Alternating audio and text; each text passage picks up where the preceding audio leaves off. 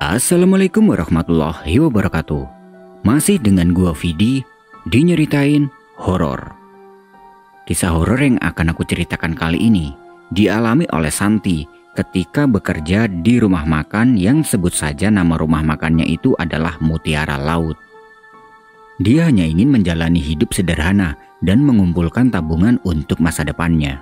Namun, tragedi demi tragedi mulai terjadi di dapur rumah makan itu, meninggalkan jejak kematian dan bisikan yang tidak kasat mata. Saat bayangan kelam masa lalu mulai menghantuinya, Santi terjebak dalam misteri perjanjian gelap yang mengikat tempat tersebut. Dengan keberanian dan tekad, dia harus menghadapi ketakutan terdalamnya dan menghentikan kutukan sebelum menjadi korban berikutnya.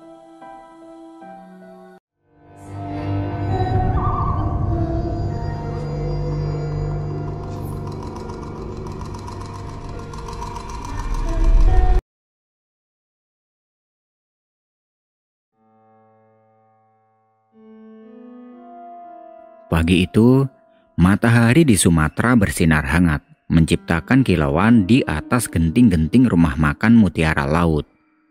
Di dalamnya, aroma masakan khas daerah menyeruak, menggoda siapa saja yang melintas. Santi, seorang wanita berusia 27 tahun. Dia tengah sibuk di dapur, memotong bawang merah dengan cekatan. Tangannya yang sudah terbiasa bergerak cepat tampak lihai. Warung makan itu selalu penuh, terutama saat jam makan siang. Pelanggan setia datang dari berbagai penjuru, dari para pegawai kantoran hingga nelayan yang baru saja pulang melaut. Kehangatan suasana rumah makan dan cita rasa masakan menjadi daya tarik tersendiri. Santi menikmati pekerjaan di sini. Meski sederhana, dia merasa tempat ini seperti rumah kedua. Dia selalu bekerja keras, memastikan pelanggan puas dengan hidangan yang disajikan. Dalam hati kecilnya, Santi bersyukur atas pekerjaan ini. Di kota kecil ini lapangan pekerjaan tidaklah mudah didapat, dan dia tahu betapa beruntungnya dia bisa diterima di sini. Namun, di balik senyumnya yang selalu terpancar, ada kerinduan yang dia pendam. Setiap malam, saat rumah makan sudah sepi, dia sering menatap langit malam, membayangkan keluarganya yang tinggal di desa. Sudah beberapa tahun dia tidak pulang, hanya bisa mengirim uang dan kabar melalui telepon. Santi, kamu gak capek kerja terus? Tanya Mira, rekan kerjanya Santi saat mereka duduk sebentar di dapur untuk beristirahat. Ya capek sih Mir, tapi aku senang kalau lihat pelanggan puas. Lagi pula, aku harus nabung. Siapa tahu nanti bisa buka usaha sendiri. Jawab Santi dengan semangat yang tulus. Mira mengangguk pelan. Kalau aku sih pengennya cepet-cepet nikah, biar gak kerja begini terus, katanya sambil terkekeh. Setahun setelah Santi bekerja di rumah makan Mutiara Laut, kejadian yang mengubah suasana tempat itu terjadi. Rumah makan yang selalu ramai dengan pelanggan, kini sejenak terasa suram. Seorang karyawan yang bernama Arman, dia bertugas di dapur dan mengalami kecelakaan tragis. Hari itu berjalan seperti biasa, para pelanggan datang dan pergi, sementara aroma ikan bakar dan sambal khas Sumatera memenuhi udara. Arman yang dikenal sebagai sosok pekerja keras sedang memotong bahan-bahan untuk menu malam. Tiba-tiba, terdengar suara keras dari dapur, diikuti teriakan panik dari salah satu karyawan lainnya. Ketika Santi berlari ke dapur, dia melihat keriuhan yang sulit dilupakan. Arman tergelincir di atas genangan minyak yang tidak sengaja tumpah di lantai. Ketika terjatuh, kepalanya membentur sudut meja dengan keras. Semua orang panik dan mencoba menolong, tapi luka itu terlalu parah. Arman dinyatakan meninggal di tempat. Musibah ini membuat suasana rumah makan berubah. Para karyawan menjadi lebih waspada, terutama saat di dapur. Pemilik rumah makan yang bernama Pak Harun, dia segera memasang papan peringatan dan menambah aturan keselamatan di tempat kerja. Namun, ada hal yang membuat sebagian orang merasa tidak nyaman. Beberapa karyawan mulai bercerita bahwa mereka kerap mendengar suara langkah di dapur ketika tidak ada siapapun di sana. Ada juga yang mengaku mencium aroma dupa yang samar-samar, meskipun tidak ada orang yang menyalakannya. Namun, Santi memilih untuk mengabaikan cerita-cerita itu. Baginya, semua ini hanyalah kebetulan atau imajinasi orang-orang yang terlalu lelah. Ya, namanya juga dapur, pasti ada suara-suara aneh. Kita nggak usah terlalu percaya hal-hal yang nggak jelas, ujar Santi saat seorang karyawan menceritakan pengalamannya. Meski demikian, Santi merasa ada yang berbeda di rumah makan itu setelah kejadian tersebut. Sesekali dia merasakan bulu kuduknya meremang tanpa alasan saat melewati dapur, terutama di malam hari ketika sedang membereskan meja. Namun dia selalu menghibur dirinya sendiri. "Ah, itu cuma sugesti," gumamnya dalam hati. Baginya, hidup harus terus berjalan. Tugasnya adalah bekerja dan membantu rumah makan itu tetap berjalan. Tapi di lubuk hatinya Santi tidak bisa sepenuhnya mengabaikan bayangan tragedi yang pernah terjadi di tempat itu. Tahun kedua bekerja di rumah makan Mutiara Laut, Santi merasa semuanya mulai kembali normal. Warung makan tetap ramai, pelanggan terus berdatangan untuk menikmati sajian khas Sumatera yang menggugah selera. Namun, kenangan tentang kejadian tragis yang menimpa Arman perlahan memudar dari ingatan para karyawan, termasuk Santi. Tapi, tepat di bulan yang sama, tragedi kembali menghampiri. Saat itu suasana rumah makan terasa seperti biasa, ramai dengan pelanggan yang menikmati makan siang. Di dapur, suasananya sangat sibuk dengan suara penggorengan, pisau beradu dengan telenan, dan obrolan ringan antar karyawan mengisi ruangan. Di antara mereka, ada seorang karyawan baru bernama Linda. Dia baru bekerja sekitar 6 bulan yang lalu. Linda dikenal sebagai sosok yang ceria dan ramah. Dia sering membantu Santi di bagian depan rumah makan saat dia tidak terlalu sibuk di dapur.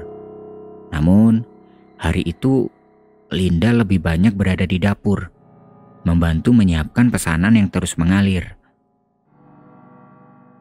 Sore menjelang tiba-tiba terdengar suara jeritan dari dapur. Para pelanggan yang sedang makan menoleh dengan kaget. Santi yang saat itu sedang melayani di meja kasir segera berlari ke dapur bersama beberapa karyawan lainnya. Di sana, pemandangan mengejutkan menanti mereka. Linda tergeletak di dapur, tubuhnya tidak bergerak. Dia jatuh tepat di dekat tempat di mana Arman meninggal setahun sebelumnya. Wajahnya pucat dan tangannya masih menggenggam sebuah pisau kecil.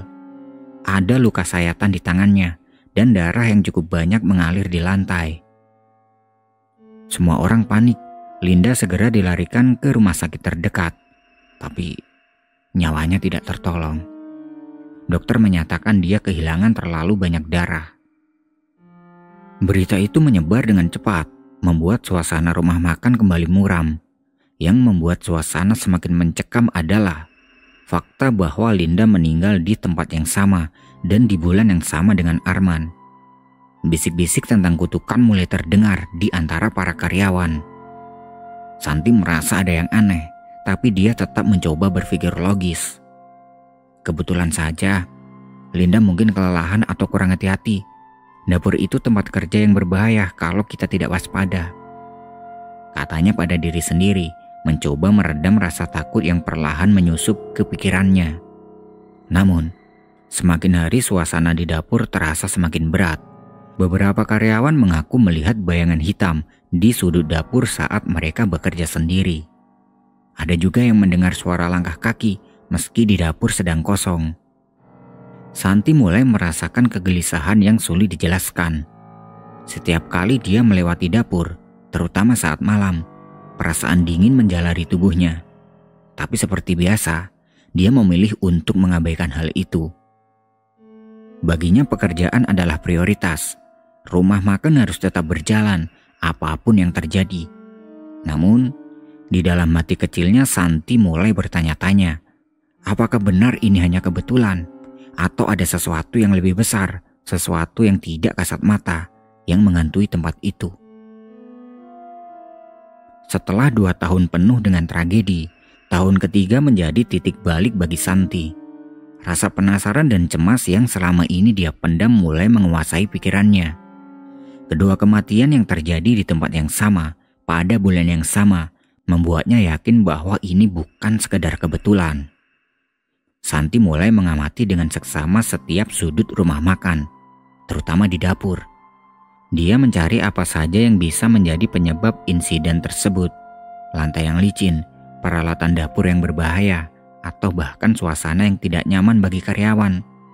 Namun, semuanya tampak normal. Di bulan yang sama dengan kedua tragedi sebelumnya, Santi merasakan ketegangan yang meningkat. Dia mencatat setiap hari, mengawasi karyawan lain dengan lebih seksama, dan bahkan memperingatkan mereka untuk ekstra berhati-hati. Kalian semua jangan sampai ceroboh di dapur. Pastikan lantai selalu bersih, minyak tidak tumpah, dan alat-alat disimpan dengan aman, katanya kepada para karyawan di suatu pagi. Pak Harun, selaku pemilik rumah makan, juga memberikan perhatian lebih. Dia memasang pencahayaan tambahan di dapur dan mengganti beberapa peralatan yang sudah usang. Meski begitu, suasana tetap saja terasa mencekam, terutama bagi karyawan yang tahu sejarah tempat itu. Selama sebulan penuh Santi tidak pernah membiarkan dirinya lengah. Dia sering memperhatikan dari sudut ruangan, memeriksa keadaan dapur, bahkan saat tidak sedang bertugas. Setiap kali ada suara aneh atau pergerakan mencurigakan, dia langsung memastikan semuanya baik-baik saja. Malam-malam di bulan itu terasa lebih panjang bagi Santi. Dia sering terbangun dengan rasa khawatir, membayangkan hal-hal buruk yang mungkin terjadi. Namun, dia tidak membiarkan rasa takut itu menguasainya. Ketika bulan itu berakhir tanpa insiden apapun, Santi merasa lega. Untuk pertama kalinya dalam 2 tahun terakhir, dia bisa bernapas sedikit lega. Tidak ada karyawan yang terluka, tidak ada tragedi yang terjadi.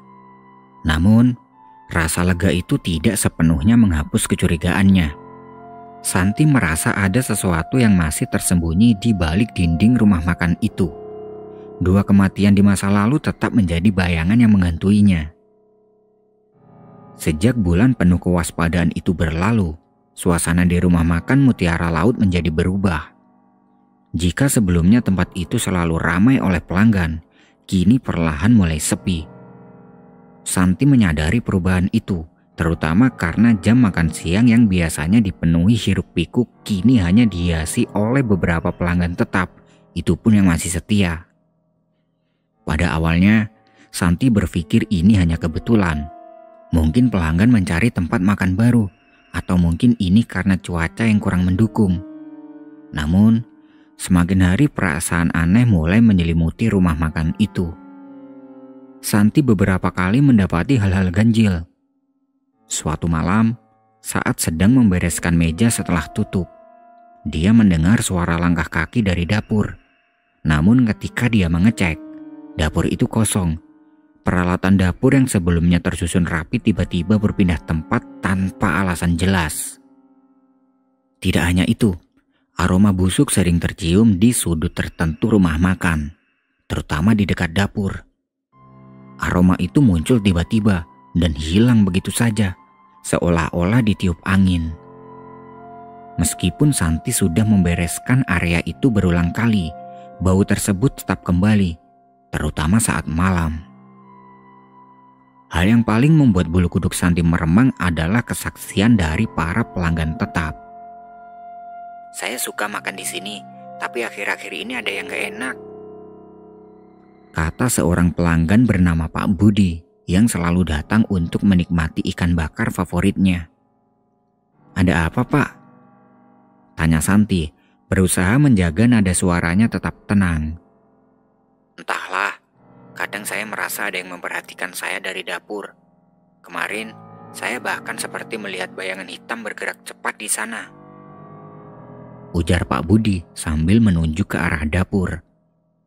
Cerita serupa juga datang dari pelanggan lain. Ada yang mengaku melihat sosok hitam berdiri di sudut ruangan. Ada yang merasa piring mereka bergerak sendiri.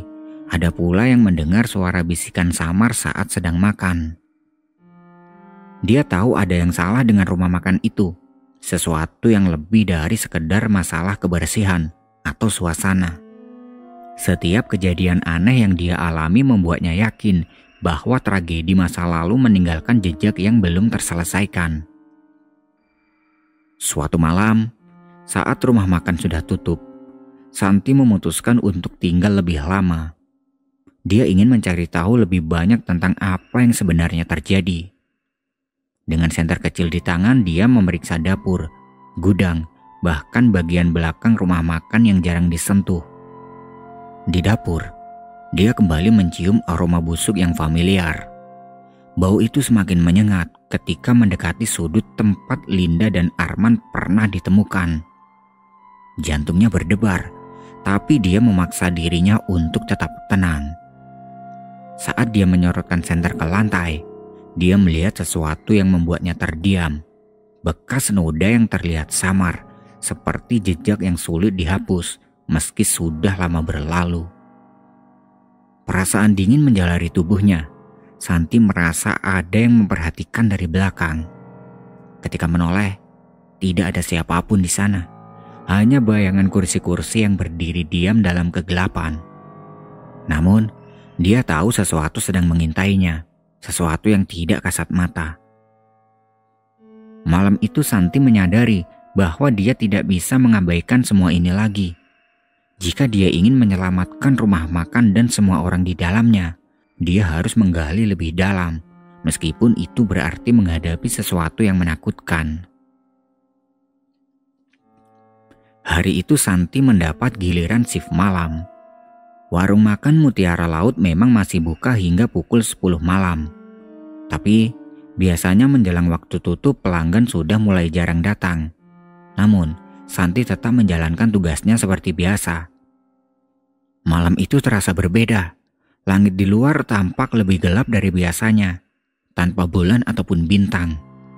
Angin berembus pelan, sesekali membuat tirai pintu belakang rumah makan berkibar perlahan. Santi mencoba mengabaikan perasaan yang tidak nyaman yang muncul sejak awal dia tiba untuk bekerja. Sekitar pukul 8 malam, 2 orang masuk ke dalam warung. Mereka berjalan perlahan, lalu duduk di salah satu meja di sudut ruangan. Penampilan mereka langsung menarik perhatian Santi. Kulit mereka pucat, wajah mereka kaku tanpa ekspresi, dan mata mereka tajam menatap ke depan. Selamat malam, mau pesan apa Pak, Bu? Tanya Santi sambil tersenyum meskipun hatinya berdebar. Salah satu dari mereka seorang pria tampak lebih tua. Dia mengangkat tangannya dengan gerakan kaku dan menunjuk di menu dinding. Ikan bakar, katanya dengan singkat, dengan suara berat dan datar. Santi mencatat pesanan itu sambil berusaha untuk tidak terlalu menatap mereka. Ada sesuatu yang membuatnya merasa tidak nyaman, terutama karena kedua orang itu hampir tidak berbicara satu sama lain. Mereka hanya duduk diam, menatap meja dengan pandangan kosong. Setelah menyajikan makanan, Santi kembali ke kasir. Tapi dari sudut matanya, dia terus memperhatikan mereka. Pelanggan itu makan perlahan. Gerakan mereka terasa tidak alami, seolah-olah setiap suapan itu adalah ritual. Ketika Santi mencoba membereskan meja lain, dia merasa ada tatapan yang mengikuti setiap langkahnya. Dia menoleh, dan benar saja, kedua orang itu menatapnya dengan mata tajam. Santi tersentak, tapi dia berusaha tetap tenang. Ini cuma perasaan aja, gumamnya pada diri sendiri. Namun, suasana semakin mencekam ketika salah satu dari mereka tiba-tiba berbicara. Tempat ini berubah, kata pria itu tanpa menoleh ke arah Santi. Santi terdiam sejenak. Maaf Pak, tanyanya dengan nada bingung. Pria itu menatapnya, Matanya yang tajam membuat Santi ingin mundur beberapa langkah. Dulu tempat ini ramai, tapi sekarang ada sesuatu di sini. Ujarnya sambil menghela napas panjang. Wanita yang duduk di sebelah pria itu tiba-tiba menyela. Suaranya lirih tapi tegas. Hati-hati di dapur, ada yang tidak suka kita di sini. Kata-kata itu membuat Santi merinding. Dia ingin bertanya lebih lanjut, tapi sebelum dia sempat berbicara, kedua pelanggan itu bangkit dan pergi tanpa mengucapkan sepatah kata pun. Santi memandangi piring-piring kosong yang mereka tinggalkan. Ada sesuatu yang terasa salah. Ketika dia mendekati meja untuk membersihkannya, dia mencium aroma busuk yang kuat. Jauh lebih tajam dari sebelumnya. Napasnya tercekat dan dia mundur perlahan. Malam itu, setelah pelanggan terakhir pergi, Santi tidak bisa mengabaikan firasat buruknya. Dia memeriksa dapur sekali lagi sebelum menutup rumah makan, memastikan semuanya aman. Tapi, perasaan bahwa dia tidak sendiri terus menghantui-nya hingga dia pulang ke rumah. Dalam hati Santi tahu bahwa rumah makan itu tidak lagi hanya sebuah tempat kerja. Ada sesuatu yang bersemayam di sana, sesuatu yang tidak terlihat, namun perlahan menunjukkan keberadaannya. Malam itu, setelah jam menunjukkan pukul 10, rumah makan Mutiara Laut resmi tutup. Teman-teman kerja Santi sudah pulang lebih dulu, meninggalkannya sendirian untuk memastikan semuanya bersih dan rapi sebelum mengunci pintu. Ruangan itu terasa sunyi, hanya suara detak jam dan sesekali desiran angin yang terdengar. Santi mencoba mempercepat pekerjaannya, ingin segera pulang untuk menghindari perasaan ganjil yang terus menghantuinya. Ketika sedang memeriksa dapur untuk terakhir kalinya, suara langkah pelan terdengar dari arah belakang.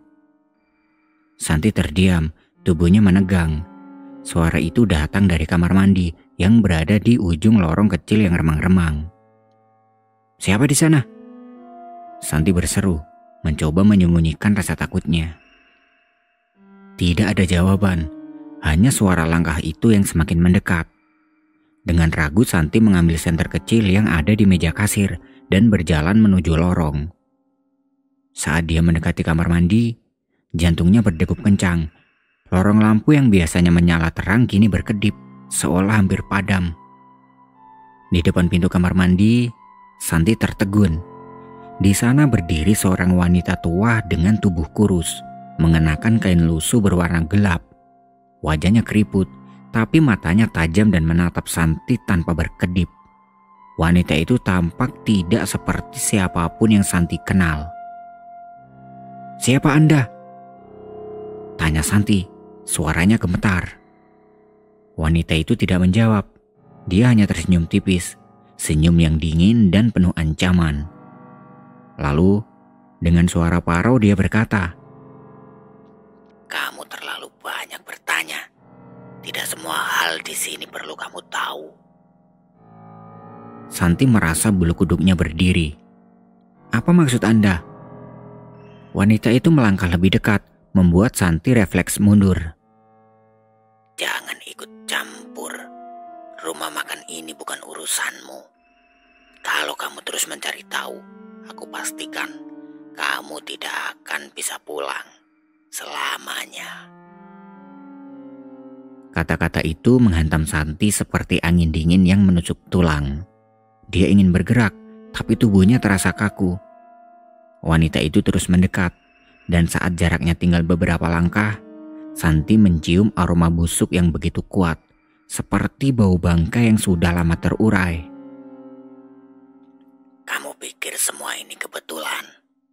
Semua yang terjadi di tempat ini sudah ditentukan. Kalau kamu ingin selamat, berhenti peduli dan lakukan tugasmu saja." Suara wanita itu kini terdengar lebih rendah, hampir seperti bisikan. Santi memberanikan diri untuk mundur beberapa langkah, lalu dia berteriak, "Pergi! Anda tidak punya hak mengancam saya." Namun, saat dia menyalakan senter dan mengarahkannya ke tempat wanita itu berdiri, sosok tersebut menghilang begitu saja. Yang tersisa hanyalah keheningan lorong dan bayangan pintu kamar mandi yang bergoyang pelan. Dengan napas terengah-engah, Santi berlari kembali ke ruang depan, menutup dan mengunci pintu rumah makan secepat mungkin. Dalam perjalanan pulang, ancaman wanita tua itu terus terngiang di kepalanya. Santi tahu bahwa sekarang rumah makan ini menyimpan rahasia yang jauh lebih gelap daripada yang pernah dia bayangkan. Tapi meskipun dia takut, tekadnya untuk mengungkap kebenaran semakin kuat. Dia tidak akan membiarkan dirinya atau siapapun menjadi korban berikutnya. Setelah malam penuh ancaman itu, Santi memutuskan untuk berhenti dari pekerjaannya di rumah makan Mutiara Laut. Ketakutan yang ia alami terlalu besar untuk diabaikan, dan perasaan bahwa ada sesuatu yang tidak beres terus menghantui-nya. Beberapa hari setelah berhenti, Santi mulai mendengar kabar dari warga sekitar tentang rumah makan itu. Rupanya, ada cerita kelam yang sudah lama tersembunyi di balik kesuksesan tempat tersebut. Seorang tetangga tua yang akrab dengan sejarah rumah makan itu menceritakan semuanya kepada Santi. Dulu, rumah makan itu milik seorang wanita bernama Bu Marnia, kata Pak Raji, tetangga yang tinggal tidak jauh dari sana. Dia terkenal karena masakannya yang enak dan usahanya yang selalu ramai.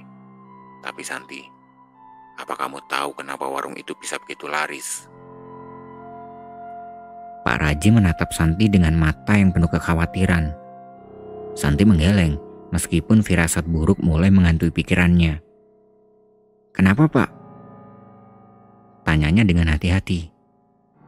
Pak Raji menghela nafas panjang sebelum melanjutkan. Bu Marnia menggunakan ilmu hitam. Katanya, dia membuat perjanjian dengan sesuatu, entah apa itu, untuk memastikan warungnya selalu ramai. Tapi ada syaratnya. Setiap tahun dia harus menyediakan tumbal. Biasanya tumbal itu adalah orang-orang yang bekerja atau berada di dekat warungnya. Kata-kata itu membuat Santi merinding. Ingatannya kembali pada tragedi Arman dan Linda, dua karyawan yang meninggal di tahun pertama dan kedua saat dia bekerja. Jadi, setiap tahun harus ada yang meninggal ya, Pak? Santi bertanya, suaranya gemetar. Pak Raji mengangguk pelan.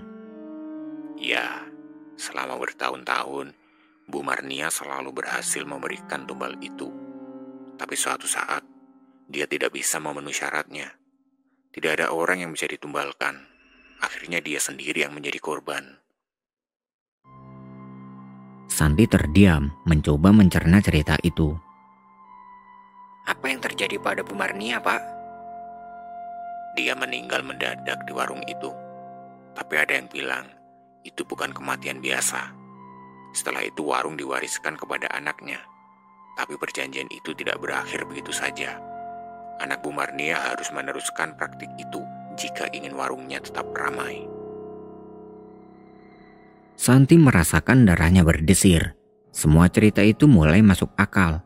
Keanehan di warung, aroma busuk, pelanggan aneh, bahkan ancaman dari wanita tua di malam itu. Kenapa sekarang warungnya itu sepi? Tanya Santi. Pak Raji memandangnya dengan tatapan penuh arti. Karena tahun ini tidak ada tumbal yang berhasil mereka dapatkan. Mungkin karena kamu, Santi. Kamu terlalu waspada, dan itu menghentikan tragedi yang biasanya terjadi. Tapi sekarang, mereka membayar akibatnya. Warung itu kehilangan kekuatannya, dan tempat itu mulai menunjukkan wajah aslinya. Mendengar itu Santi merasa lega sekaligus ketakutan. Lega karena usahanya melindungi karyawan lain berhasil, tapi ketakutan karena dirinya mungkin telah menjadi target berikutnya. Malam itu Santi tidak bisa tidur. Cerita tentang Bu Marnia, praktik ilmu hitam, dan perjanjian gelap terus berputar di kepalanya. Dia tahu bahwa meninggalkan rumah makan itu adalah keputusan yang tepat. Tapi dia tidak bisa menghilangkan perasaan ancaman itu yang masih mengintainya. Setelah bertahun-tahun berdiri, rumah makan Mutiara Laut akhirnya tutup. Sepinya pengunjung dan kabar miring yang beredar tentang tempat itu membuat usaha tersebut tidak lagi mampu bertahan. Hari-hari akhir, warung itu terasa seperti penghabisan, dengan suasana sunyi dan gelap yang semakin mencekam. Pak Harun, anak Bu Marnia sekaligus pemilik saat ini, akhirnya memutuskan untuk meninggalkan tempat itu. Bersama keluarganya dia memilih untuk pergi keluar kota dan mulai hidup baru. Mereka meninggalkan bangunan rumah makan yang kini kosong dan terlantar. Kabar tentang penutupan warung itu sampai ke telinga Santi melalui Pak Raji. Warung itu akhirnya tutup, Santi. Pak Harun dan keluarganya pergi ke Makassar. Katanya mereka ingin memulai dari awal, kata Pak Raji suatu pagi. Santi hanya mengangguk pelan. Perasaan lega bercampur rasa prihatin menyelimuti dirinya. Mungkin ini yang terbaik, Pak. Warung itu terlalu banyak menyimpan kenangan buruk, ujarnya. Namun, ada bagian dalam hati Santi yang tidak sepenuhnya tenang. Dia tahu bahwa penutupan rumah makan itu mungkin hanya mengakhiri satu babak dari cerita panjang yang kelam. Kutukan dan rahasia gelap yang melekat pada tempat itu masih ada, meskipun untuk sementara waktu terkubur bersama bangunan yang kini kosong. Setelah rumah makan Mutiara Laut tutup, kehidupan Santi perlahan kembali normal. Dia bekerja di sebuah kafe kecil di pusat kota dan mulai merasa lebih damai. Namun, malam-malamnya masih dipenuhi mimpi buruk.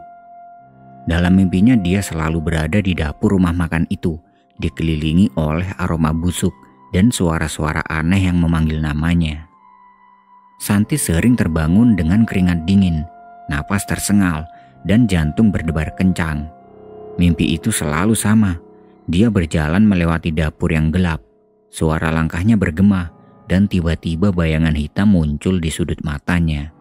Mendekat dengan cepat, hingga dia terbangun dengan teriakan. Kenapa mimpi ini terus datang? Gumam Santi pada dirinya sendiri pada suatu pagi. Dia merasa bahwa meskipun dia telah meninggalkan rumah makan itu, bayangannya masih menghantui. Suatu malam, mimpi itu menjadi lebih jelas. Dalam mimpinya dia melihat wajah Arman dan Linda, karyawan yang meninggal di rumah makan tersebut. Wajah mereka pucat, mata mereka kosong, tapi bibir mereka bergerak, berusaha mengatakan sesuatu. Namun, suara mereka terdengar seperti bisikan yang tidak jelas. Santi mencoba mendekat dalam mimpi itu, berusaha memahami apa yang mereka katakan. Saat dia hampir mendengar kata-kata mereka, suara wanita tua yang pernah mengancamnya muncul dari belakang. Kamu tidak bisa lari, Santi. Rahasia ini adalah bagian dari hidupmu sekarang, bisik suara itu. Mimpi itu berakhir dengan pintu dapur yang tertutup keras di depan wajahnya. Ketika dia terbangun, dia merasa bahwa ini bukan sekedar mimpi biasa. Ada pesan yang ingin disampaikan, tapi dia belum bisa memahaminya. Santi tidak bisa lagi mengabaikan mimpi-mimpinya. Dia memutuskan untuk mencari tahu lebih dalam tentang rumah makan itu, meskipun rasa takut terus menghantuinya. Dia mendatangi kembali Pak Raji, tetangga yang dulu menceritakan kisah Bu Marnia. Pak, mimpi-mimpi saya terus datang. Saya merasa seperti ada sesuatu yang belum selesai di rumah makan itu, kata Santi dengan nada gelisah. Pak Raji mengangguk, seolah sudah menduga hal ini. Kalau kamu merasa begitu, mungkin memang ada yang belum selesai. Kadang roh atau energi yang tertinggal itu butuh penyelesaian. Kamu harus kembali ke sana, Santi. Santi tertegun. Kembali ke rumah makan itu? Pak Raji mengangguk pelan.